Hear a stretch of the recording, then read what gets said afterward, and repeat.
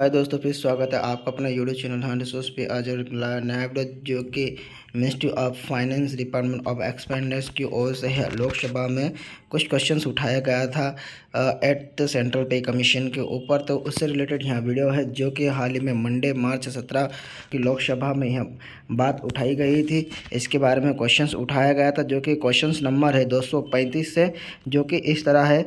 MS Kangana Ranaut, MS Sajida Ahmad इन्होंने questions उठाया था। ठीक है, तो constitution of at the central पे कमीशन के ऊपर जो कि क्वेश्चंस था कि भाई एट द कमीशन जो 2026 में लागू होने वाली है, आखिर उसमें किस बात की क्वेश्चन उठाया गया और क्या मतलब इसमें फैसला लिया गया है और क्या उत्तर रहा होगा। आइए जानते हैं पूरा वीडियो मेरे इस यूट्यूब चैनल के माध्यम से और उसका पूरा डिटेल। तो इसके लिए आप मेरे यूट्यूब चैनल में बने रहिएगा और साथ में यदि आपने अभी तक यूट्यूब चैनल सब्सक्राइब नहीं किया तो यूट्यूब चैनल को सब्सक्राइब करें और साथ में बेल आइकन के बटन को क्लिक जरूर करें।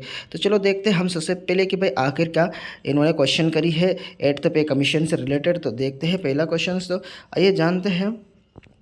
पहला क्वेश्चन करा का आप देख रहे हैं, क्या सरकार द्वारा केंद्र सरकारी कर्मचारियों के वेतन और पेंशन में संशोधन के लिए 8वें केंद्र वेतन आयोग का गठन किया गया है।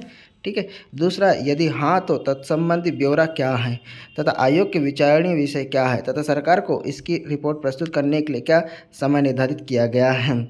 मतलब इन्होंने कहा कि भाई यदि 8वें वेतन आयोग का गठन किया गया तो इसके संबंध में उन्होंने क्या फैसला लिया है और उन्होंने क्या रिपोर्ट प्रस्तुत की गई है। यहाँ क्वेश्चन रहा। और गा नंबर इनका क्वेश्चन से 7वें वेतन आयोग स्तर पर केंद्र सरकार को कितने कर्मचारी और पेंशन भोगी 8वें वेतन आयोग से लाभान्वित होंगे, जिससे उड़ीसा सहित पूरे देश में उपभोग में वृद्धि होगी और आर्थिक विकास को बढ़ावा मिलेगा। ठीक है।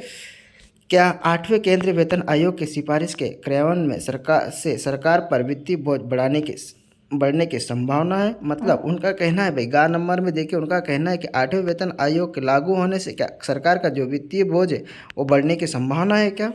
यदि हाँ तो तत्संबंधी ब्यौरा क्या है। तो यदि यहाँ भी हाँ है तो इसकी तत्संबंधी जो रिपोर्ट ब्यौरा है क्या है इसे बताएं। क्या सरकार ने राजकोषीय नीति और सरकारी व्यय पर 8वें केंद्र वेतन आयोग के प्रभाव का आकलन करने के लिए कोई अध्ययन कराया है या कर्मचारी यूनियन पेंशन भोगियों और अन्य हितग्राहियों के साथ कोई परामर्श किया है। मतलब उन्होंने कहा कि क्या 8वें वेतन आयोग का जो आप कमीशन को इसे लागू कर रहे हैं, क्या आपने कर्मचारी यूनियन और पेंशन भोगियों और अन्य हितग्राहियों के साथ आपने बातचीत की है। तो इस संबंध में वित्त मंत्री जो हमारे MST निर्मला सीतारमण जी का यहाँ का उत्तर आया है। जो सीतारमण जी ने उन्होंने यहाँ आंसर दिया है। पहला आंसर उन्होंने दिया कि का नंबर का आंसर दिया, सरकार द्वारा 8वें केंद्र वेतन आयोग का गठन करने का निर्णय लिया गया है। ठीक है। और दूसरा उनका उत्तर आया खान नंबर का, समय आने पर निर्णय लिया जाएगा। उन्होंने कहा कि सत्म ब्यौरा का रिपोर्ट प्रस्तुत करने के लिए निर्धारित किया गया था क्या, तो उसके ब्यौरा में उन्होंने कहा कि समय आने पर निर्णय लिया जाएगा। गा नंबर का आंसर उन्होंने दिया कि केंद्र सरकार के आसन्न कर्मचारी और पेंशन भोगियों पारिवारिक पेंशन भोगियों की अनुमानित संख्या क्रमशः 36.57 लाख 1/3/2025 तक और 33.91 लाख 31/12/2024 तक है। रक्षा कार्मिक और पेंशन भोगियों भी लाभान्वित होंगे। ठीक है। पेंशन भोगी भी इसके लाभ होंगे। ठीक है। गा नंबर है 8वें केंद्रीय वेतन आयोग की सिफारिश के वित्तीय निहितार्थ तब ज्ञात होंगे जब 8वें केंद्रीय वेतन आयोग द्वारा सिफारिश की जाएगी तथा सरकार द्वारा उन्हें स्वीकार कर लिया जाएगा।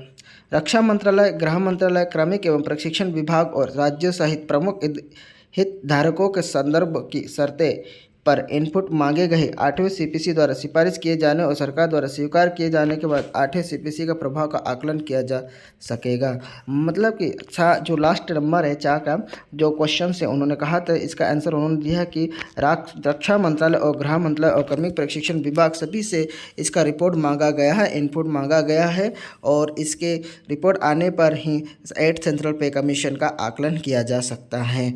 ठीक है। तो इस तरह आज जो मतलब लोकसभा में लोकसभा में 8th पे कमीशन से रिलेटेड क्वेश्चंस पूछा गया था कि आखिर इसका गठन हुआ है या नहीं, इसका कब लागू किया गया, क्या आपने जो भी पेंशन भोगी और उनके परिवार और जो यूनियन है, संगठनों हैं, आप उनसे चर्चा किया या नहीं।